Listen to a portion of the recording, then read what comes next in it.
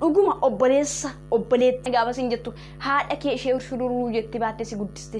Ayyaanama sadarkaa kolbuttu gabbuttus nan dinqu waaqayyoon na waame namoota babbeekamoo keessaa carraan naqa. Nagaan waaqayyo saniif baay'ee hordoftoonni Saaroon Tuubii akkam jirtu nagaa keessanii fayyaadhaanis nagaadha waaqayyo galatu guyyaa irraa kana immoo jechuudha waa'ee obboleettii keenya guyyaa kaleessa toora social media irraa viidiyoon ishee deemaa ture irratti waan tokko jechuun barbaada jechuudha innis wanta haamilee kiyya na cabsee fi na tuqetu jira jechuudha dhugaa dubbachuudhaa fi maaliif namni kamiyyuu rukutama jechuu dandeessi kan ishee garuu caalaatti jechuudha haamilee kiyya na buuse maaliif nama quufee jiraatu nama akka koomiti kan rukutamte yookiis dargaggeessa quufee jiraatu miti nama hojjetatee waa harkarraa qabu waan nyaatu dhugu miti nama kadhattu nama qoonqoo ishee har'a yookiis immoo gad ittiin liqinfattee gorra gadi buufattee jechuudha miti gadi buluudhaa fi daandiirra teessutu rukutame kun immoo haamilee nama cabsaa namatti bu'aa nama dhukkuba jechuudha. Osoo matee dubartiin jechuudha miti rukutamuun qabdu sababa dubartii taate falmita jechuu miti jarreenni kun yookiis poolisoonni kun jechuudha seeraan adabuu baannaan jechuudha Booris Iftaanis taateewwan kana caalu ganaa raawwachuudhaaf jiru jechuudha haa ta'u malee mirgaa fi dirqama waan baran waan dubbisan waan baratan natti hin fakkaatu akka yaada Saaroonitti jechuudha namni tokko yoo balleesse jechuudha fuula seeraa duratti adabamee adaba sarara barbaachisu fudhachuu qaba malee rukutamuu fi dabadabuu mirgisa sarbamuu hin qabu. Waan seeraan alaa hojjetti miti qoonqoo ishee fi dhala ishee guyyaa lama bulchachuuf jecha daandiirra teessi. Yoo daandiirra hin teenye qoonqoo isheetti namni hiixateetti kennu jiru waan ta'eef lubbuun ishee addunyaa hara deemuu dandeessi. Jaallattee miti jechuudha kan isheen daandii sana teessu mirgi ishee garuu sarbamuuf hin qabu. Yoo danda'a birii tokko lamatti darbatanii darbuudha. Yoo sanarraa kan hafe muumni ofiin danda'ate immoo kallatti danda'ameen gara hojiitti butuudha malee mirga dhala namaa sarbuu miti. Isinii fi har'a aangoonnaaf kennameera jettanii mirga namaa sarbuu dandeessu. Garuu mirga hiyyeessa sarbuun namatti dhaga'ama.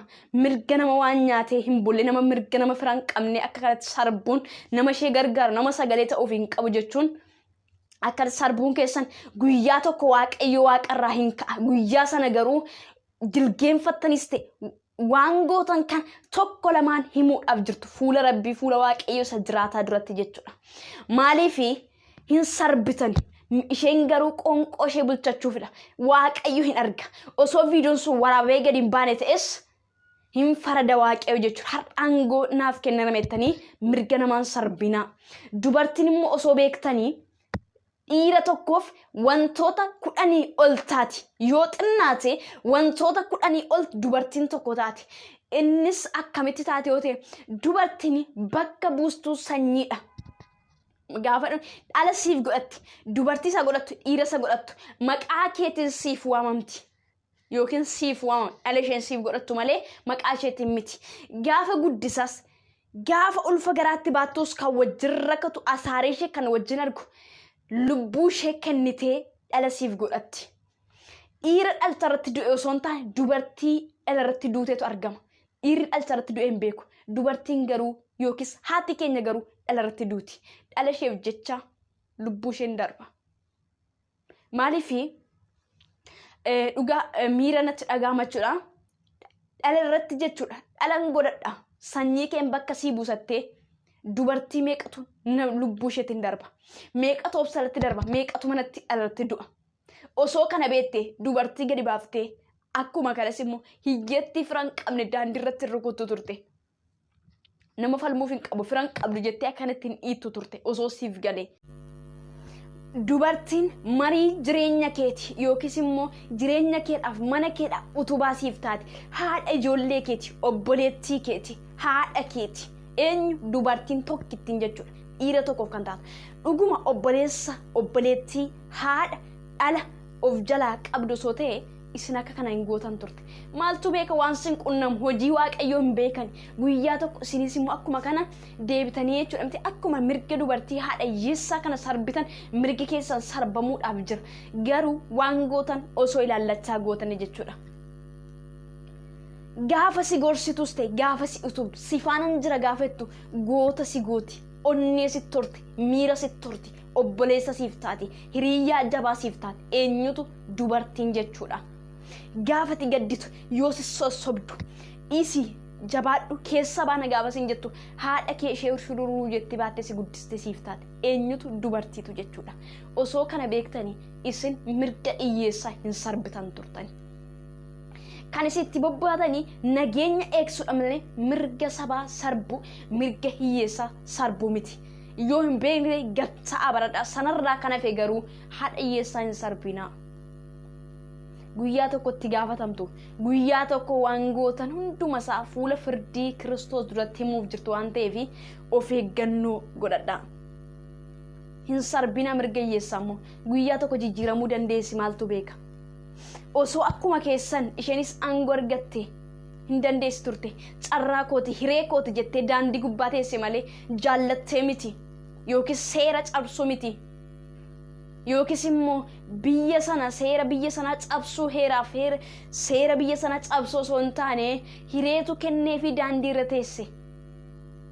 Fira dhabuunsa isheetu gargaarsa dhabicha isheedhaan achirra teesse malee akkuma keessan osoo aangoo argatte kapitaala guddaa argatte isheenis darajaa keessan hinuma ijaajjite hinuma deemti turte garuu nama hireen kennee fi silayyuu achi dhana qaqqabuu hin dandeessitanii dhiituun keessan mirga ishee sarbuun daddarbachuun keessan sanuu dhalaa wajjin.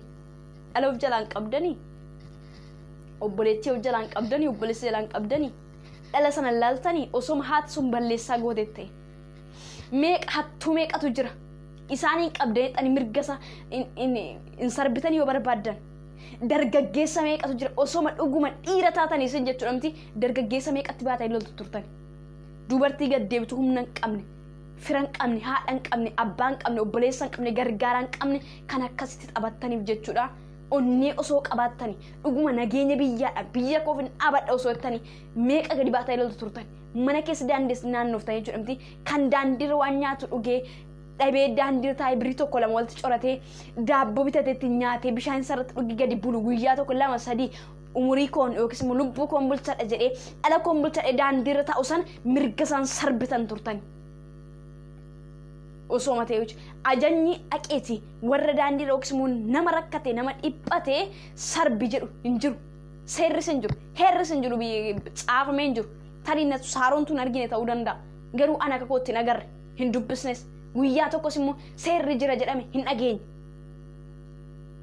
Namni tokko yoo balleesse balleessaasa jechuudha itti gaafatamuu qaba fuula seeraa duratti jechuudha abbaa seeraa duratti sanarraa kan hafe garuu eenyu taanaan mirga nama kamii hundumtu mirga qaba jechuudha.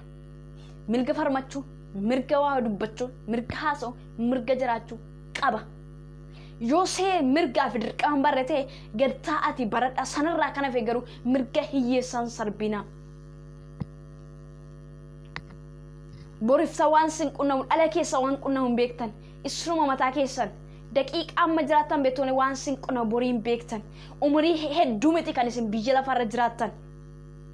Kanaafuu mirga namaan sarbina hiyyeessa waan nyaatee bulu hin qabne hin sarbina hin boosisina imimmaan san dhangalaasina itti gaafatamtu imimmaan hiyyeessa dhangala'u kanatti qaldii isinitti fakkaachuu danda'a har'a waan aangoo qabaattanii waan nyaattanii quuftanii ofitti gannaxxanii karsiin keessaniif garaan keessan guuteef jecha mirga isa hagabu bulu mirga isa waa nyaatee hin bulle hin sarbina. Itti gaafatamtu isinitti faradamuudhaaf jira waan gootanii wajjin himuudhaaf jirtu dhiisaa hin sarbina hin ga'a keessa baatanii gara hiyyeessaa fi nama daandiirra taa'utti dhuftanii dhiisaa isin ga'a